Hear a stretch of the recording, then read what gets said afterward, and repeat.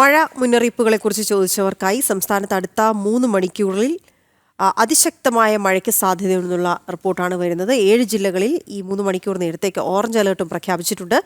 കൊല്ലം, പത്തനംതിട്ട, ആലപ്പുഴ, കോട്ടയം, ഇടുക്കി, എറണാകുളം, തൃശൂർ ജില്ലകളിലാണ് orange alert ഉള്ളത്. മണിക്കൂറിൽ 50 കിലോമീറ്റർ വരെ വേഗത്തിൽ ശക്തമായ കാറ്റിനും സാധ്യതയുണ്ട്. അതേസമയം ആലുവ, മണപ്പുറം ഇതിനോടകം മുങ്ങി എന്ന വിവരം കൂടിയാണ് നമുക്ക് ലഭിക്കുന്നത്. എസ് ശ്രീനന്ദയും മലപ്പുറത്ത് നിന്ന് ശിവദാസും വിവരങ്ങളുമായി ചേരുന്നുണ്ട്. ആദ്യം ശ്രീനന്ദയിലേക്ക് പോകും. ശ്രീനന്ദ, വരുന്ന 3 മണിക്കൂറിൽ എങ്ങനെയാണ് കാലാവസ്ഥ?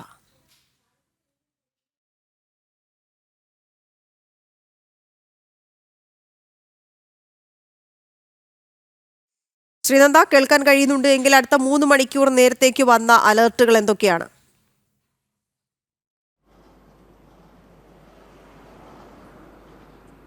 വീണ, അടുത്ത 3 മണിക്കൂർ തിരുവനന്തപുരം ഒഴികെ കൊല്ലം, പത്തനംതിട്ട, ആലപ്പുഴ, കോട്ടയം, ഇടുക്കി, എറണാകുളം, തൃശൂർ ജില്ലകളിലാണ് ഇപ്പോൾ ഓറഞ്ച് അലർട്ട് പ്രഖ്യാപിച്ചിരിക്കുന്നത്. അതുപോലെ തന്നെ ഒറ്റപ്പെട്ട ഇടങ്ങളിൽ തിരുവനന്തപുരം ഉൾപ്പെടെയുള്ള തലസ്ഥാന നഗരമായ തിരുവനന്തപുരം ഉൾപ്പെടെയുള്ള നഗരങ്ങളിൽ ശക്തിയായ മഴയ്ക്ക് സാധ്യതയുണ്ടെന്നാണ് കാലാവസ്ഥാ നിരീക്ഷണ കേന്ദ്രം അറിയിക്കുന്നത്. ഒറ്റപ്പെട്ട ഇടങ്ങളിൽ 40 കിലോമീറ്റർ വരെ വേഗതയിൽ ശക്തമായ കാറ്റിനും സാധ്യതയുള്ളതായി കാലാവസ്ഥാ വകുപ്പ് ഇപ്പോൾ പറയുന്നുണ്ട്. അതുപോലെ തന്നെ 3 മണിക്കൂർ നേരത്തേക്ക് ഈ ശക്തമായ കാറ്റും അതുപോലെ തന്നെ ഇടിമിന്നലോട് കൂടിയ മഴയുമാണ് ഉണ്ടാകുന്നതെങ്കിൽ തീരപ്രദേശങ്ങളിലുള്ളവരോട് ജാഗ്രത പാലിക്കണമെന്നും നദീതടങ്ങളിലുള്ളവരോട് വെള്ളം കൂടുതലുള്ള സാധ്യതകൾ ഉണ്ടെന്നും അതിനാൽ തന്നെ നദീപ്രദേശങ്ങളിലുള്ളവരോട് ജാഗ്രത നിർദ്ദേശം പാലിക്കണമെന്നുമാണ് കാലാവസ്ഥാ വകുപ്പ് ഇപ്പോൾ വ്യക്തമാക്കിയിരിക്കുന്നത്.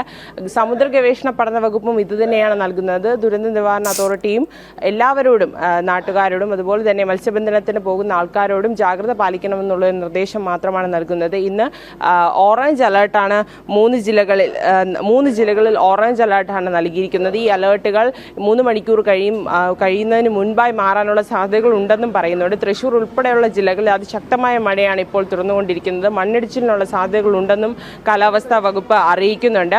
എന്തായാലും മണ്ണിടിച്ചിലും അതുപോലെ തന്നെ നദീതടങ്ങളിൽ വെള്ളം കൂടുന്നതുമായിട്ടുള്ള ഒരു സാഹചര്യം ഉണ്ടായിക്കഴിഞ്ഞാൽ ആളുകൾ എല്ലാവരും തന്നെ ബന്ധപ്പെട്ട അധികാരികളോട് പറയണമെന്നും അതുപോലെ തന്നെ കൂടുതൽ മുന്നൊരുക്കങ്ങൾ എല്ലാവരും എടുക്കണമെന്നുള്ള നിർദ്ദേശമാണ് കാലാവസ്ഥാ വകുപ്പും അതുപോലെ തന്നെ ദുരന്ത നിവാരണ അതോറിറ്റിയും ഇപ്പോൾ നൽകിയിരിക്കുന്നത്. വീണ, ഓക്കെ, ശിവദാസ് കൂടി ചേരുന്നുണ്ട്. ശിവദാസ്, എന്താണ് മലപ്പുറത്ത് സാഹചര്യം? ഓറഞ്ച് അലർട്ട് പ്രഖ്യാപിച്ചിരുന്ന ജില്ലയാണ്. അടുത്ത 3 മണിക്കൂറിൽ കനത്ത മഴയുണ്ടാകും എന്ന സൂചനകൾ കൂടിയുണ്ട്. വിവരങ്ങൾ എന്തൊക്കെയാണ്?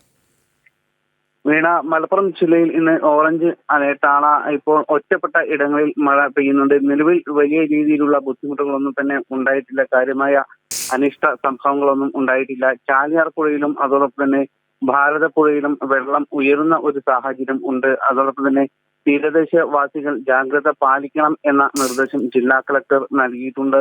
മലയോര മേഖലയിലും ഇത്തരത്തിലുള്ള ബുദ്ധിമുട്ടുകൾ ഉണ്ട്. ചില ഇടങ്ങളിലെല്ലാം തന്നെ വെള്ളം കയറിയ ഒരു സാഹചര്യം ഉണ്ട്. പ്രത്യേകിച്ച് നിലമ്പൂരിലെല്ലാം തന്നെ വനവാസി കോളനികൾ ഉള്ള നിരവധി മേഖലകൾ ഉണ്ട്. ഈ ഭാഗങ്ങളിലോ എല്ലാം തന്നെ ചില ഭാഗങ്ങൾ ഒറ്റപ്പെട്ട ഒരു സാഹചര്യം നിലനിൽക്കുന്നുണ്ട്. പക്ഷെ നിലവിൽ ഇപ്പോൾ മഴയ്ക്ക് അല്പം ശമനമുണ്ട്.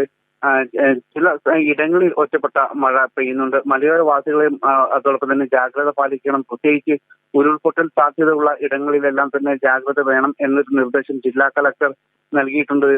അതോടൊപ്പം തന്നെ ചില മേഖലകളിൽ വ്യാപകമായ കൃഷിനാശം ഉണ്ടായിട്ടുണ്ട്. കഴിഞ്ഞ ദിവസങ്ങളിൽ പെയ്ത മഴയിൽ എല്ലാം തന്നെ വ്യാപകമായ കൃഷിനാശം ഉണ്ടായിട്ടുണ്ട്.